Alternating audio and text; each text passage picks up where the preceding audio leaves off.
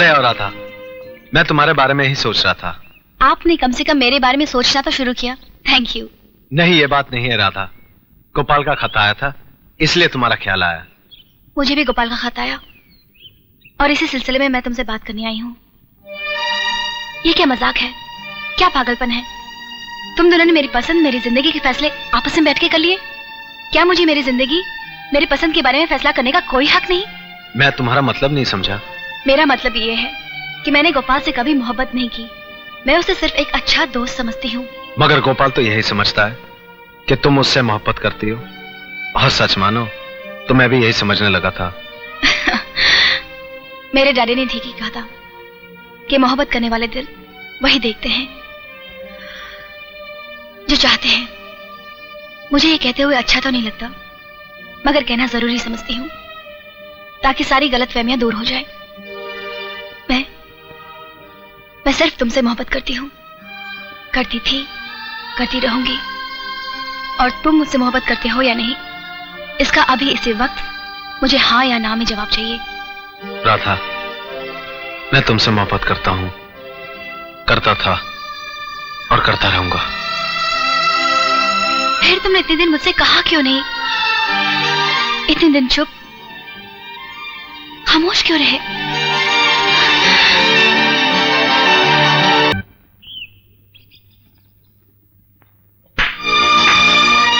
वाह मेरे दोस्त वाह, तुझ जैसे दोस्त अगर इस दुनिया में हो तो दुश्मनों की क्या जरूरत। मुझे अगर इस दुनिया में कोई ख्वाहिश थी, कोई शौक था, तो मोहब्बत की इंतहा देखने की, दोस्ती की इंतहा देखने का।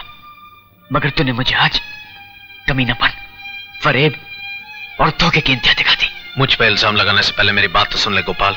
मत ले मेरा नाम अपनी गंदी जुबान पर, वरना मैं तेरी जान ले लूंगा।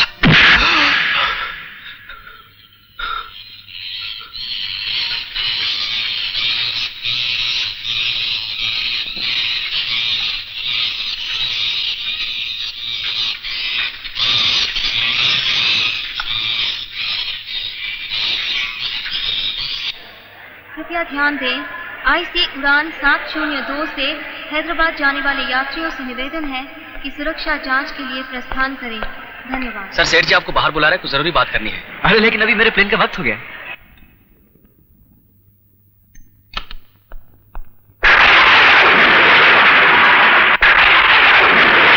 तुम बहुत परेशान लग रहे हो, क्या बात है? क्या हुआ? सब ठीक तो है ना?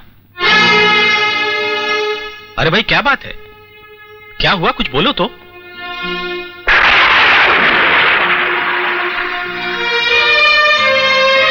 गोपाल जो सवाई जहाज में सफर कर रहा था वो क्रैश हो गया। मगर हो सकता है कि वो, काश ऐसा होता, मगर मरने वालों की लिस्ट में गोपाल का नाम भी लिखा है।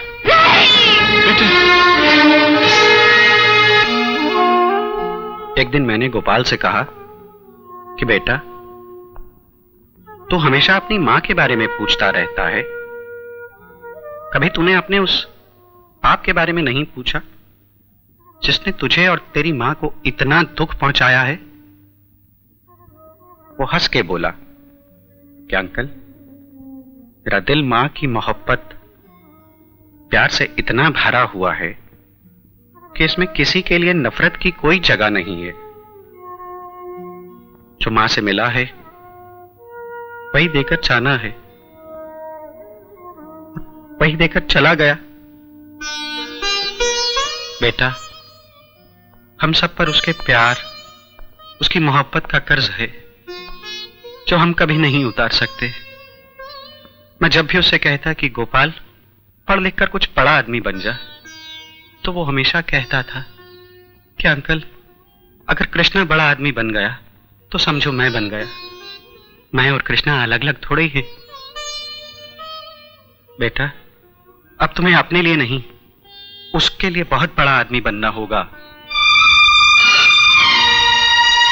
मैं चलता हूं खरौना साहब, और आपसे वादा करता हूं कि उसके हर ख्वाब को मैं हकीकत में बदल दूंगा।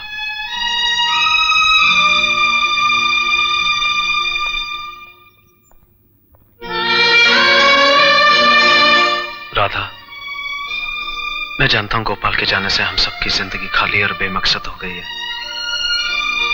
मगर ये तो सोचो, गोपाल अपनी जिंदगी जिया कैसे? दुनिया के सारे दुख और दर्द अपने दिल में दबाकर उसने दुनिया को क्या दिया? सिर्फ खुशियां ही खुशियां। तुम तो अच्छी तरह जानते हो कि गोपाल क्या देखना चाहता था। मेरी जिंदगी में सिर्फ कामयाबी ही कामयाबी और तुम्हारी जिंदगी में सिर्फ खुशियां ही खुशियां। बस राधा, हमें भी अपने दुखों को दबाकर गोपाल के ख्वाब पूरे करने होंगे। हाँ।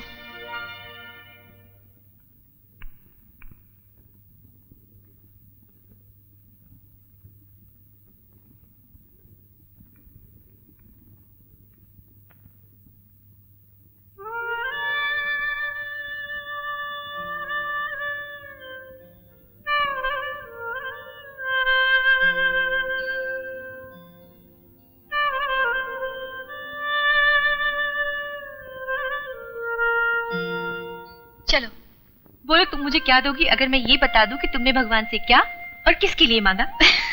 अगर बता दोगी तो मैं रियली मान जाऊंगी। तो सुन, पहली बात तो ये कि तुमने अपने लिए कुछ नहीं मांगा, करेक्ट? करेक्ट। और दूसरी बात ये कि तुमने जो भी मांगा कृष्णा के लिए मांगा, करेक्ट? बिल्कुल करेक्ट। मैंने कृष्णा की कामयाबी और उसकी नौकरी के लिए दुआ मांगी है। मगर तुम्हें कैसे पता चला? बिल्कुल सिंपल। जब आदमी अपने लिए कुछ मांगता है ना, तो उसके मन में और चेहरे पर एक परेशानी, एक फिक्र सी दिखाई देती है। पर जब किसी और के लिए कुछ मांगता है तो उसके मन में और चेहरे पर शांति दिखाई देती है। मुझे वो शांति तुम्हारे चेहरे पर दिखाई दी थी और मैं जान गई कि तुमने क्या मांगा है। चलो। वो देखो कृष्णा आ रहा है, तुम उससे बात नहीं करना। हाँ? हेलो। हेलो। आज मैं बहुत दिनों के बाद तुम्हें एक अच्छी खबर सुनाने आया हूँ। अगर अच्छी खबर ये है कि तुम इम्तिहान में पास हो गए हो, तो ये तुम्हारे दिमाग, अक्ल और मेहनत का नतीजा नहीं है। वो तो सब इसकी पूजा और दुआओं का नतीजा है।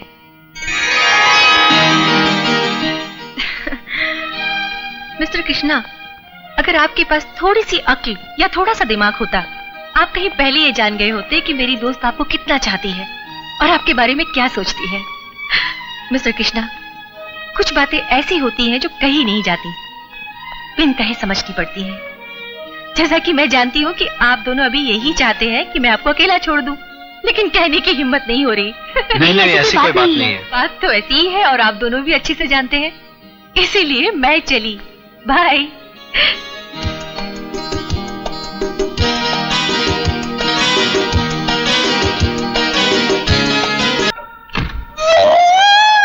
झटक से आया, झटका खाया, सरप्राइज। गोपाल तुम? गोपाल नहीं, स्वर्गवासी गोपाल कहो, लेट मिस्टर गोपाल कहो। भगवान मेरी आत्मा को शांति दे। May God rest my peace in soul, soul in peace। अरे तुम लोग तो ऐसे खड़े जैसे कि तुम लोगों ने वाकई में भूत देख लिया। अरे हाथ लगा के देख, गले मिलकर देख यार, मैं तेरा वही दोस्त हूं जो तुझे गले लगाने के लिए मौत से हाथ चढ़ लाया हूं। आ भी जा यार। तुम लोगों को देखने के लिए आंखें तरस गई थी। साहब जी साहब जी, मैंने कहा था ना कि दरवाजा मुझे खोलने दीजिए, फिर देखिए मजा। अरे ये दोनों तो एकदम पथरा गए थे, ऐसे लगता था कि अगर दोनों को उठा के गार्डन में रख दे तो ये जिंदगी में स्टैचू का काम दे। अरे यार कुछ बोलो, कुछ कहो, हंसो, मुस्कुराओ, चीखो, चिल्लाओ और बताओ कि मेरी आने से तुम लोगों को कितनी खुशी हुई है। लेकिन गोपाल, तुमने आने में इतनी देर क्यों कर दी? देखिए साहब जी, मेरे आने की कोई खुशी नहीं, लेकिन देर से क्यों आया इस पे शिकायत शुरू। अरे पगले, मैं तुझसे कह के तो गया था कि जब तक मैं राधा के काबिल ना बन जाऊं तब तक मैं नहीं आऊंगा, और राधा के काबिल बनना घंटे 2 घंटे का काम थोड़ी ना। I tell you it takes time. अच्छा चलो ये बताओ, ये सब हुआ कैसे? साहब जी मैं बताता हूं ये सब कैसे हुआ। उस दिन जब मैं हैदराबाद जाने के लिए निकला तो सर, सेठ जी आपको बाहर बुला रहे हैं, कुछ जरूरी बात करनी है। अरे लेकिन मेरे तो प्लेन का वक्त हो गया है।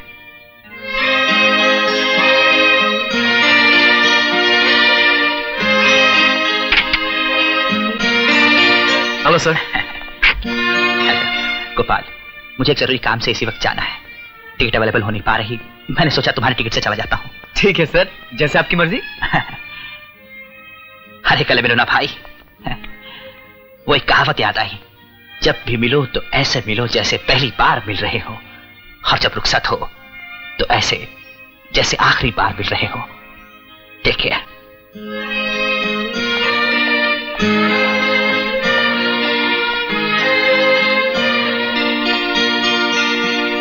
साहब जी, ये सब ऐसे हुआ। मोहन बाबू एक अजीब और गरीब आदमी थे। ना ही वो मुझे अपना सब कुछ दे गए, बल्कि मेरी मौत के टिकट पर अपनी जान दे गए। जो कुछ हुआ उसे भगवान की मर्जी समझो। एक दिन तो सब कुछ आना है, मगर इस तरह सब कुछ देकर कोई चला जाए, इससे अच्छी बात क्या हो सकती है। चलो आओ खाना खा लो। साहब जी, आज अब मुझे माफ कर दीजिए। आज का खाना मैं डॉक्टर अंकल के साथ खाऊंगा। मैं कल जरूर आऊंगा। वैसे मुझे आपसे कुछ जरूरी बात करनी है। नमस्ते।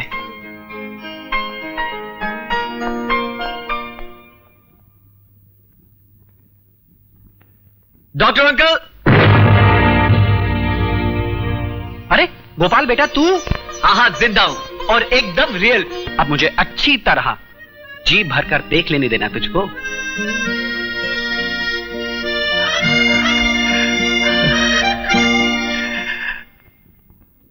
आराम से बैठो गोपाल, परेशान क्यों लग रहे हो? क्या प्रॉब्लम है? साहब जी, प्रॉब्लम तो बहुत बड़ा है, बहुत गंभीर है। समझ में नहीं आता जो मैं आपसे कहना चाह रहा हूं कैसे कहूं। आप तो जानते हैं कि मैं ज्यादा पढ़ा लिखा हूं नहीं, इसलिए किस बात को कैसे कहनी चाहिए मुझे नहीं मालूम। डरता हूं साहब जी कि अगर एक आध लफ्ज इधर उधर हो जाए तो सारी बात ही बिगड़ जाएगी। मगर ऐसी क्या बात है, कहो तो सही। कह दूं साहब जी? हाँ कहो। हिम्मत करके कह दूं साहब जी? हाँ कहो भाई। नहीं साहब जी, इतना आसान नहीं है। क्या आसान नहीं है? साहब जी वही जो मैं आपसे कहना चाह रहा हूँ। क्या कहना चाह रहे हो भाई?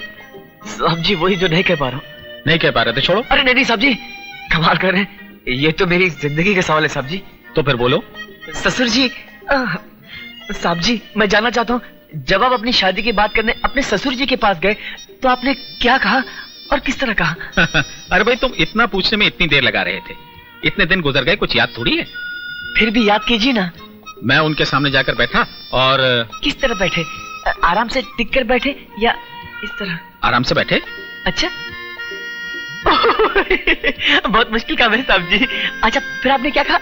मैंने कहा राय साहब, मैं आपकी बेटी से प्यार करता हूँ और उससे शादी करना चाहता हूँ, और इसीलिए आपकी इजाजत लेने आया हूँ। ये सब आपने एक ही सांस में बोल दिया? अरे वाह साहब जी, क्या हिम्मत है।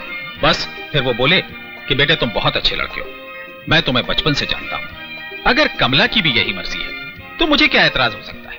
साहब जी आपने ये सब डायरेक्ट बोल दिया था या पानी वानी भी पिया था? नहीं, वो पानी तो मैंने पिया था, क्योंकि मेरा भी गला थोड़ा सूख रहा था। साहब जी मैं भी थोड़ा सा पानी पी लूं?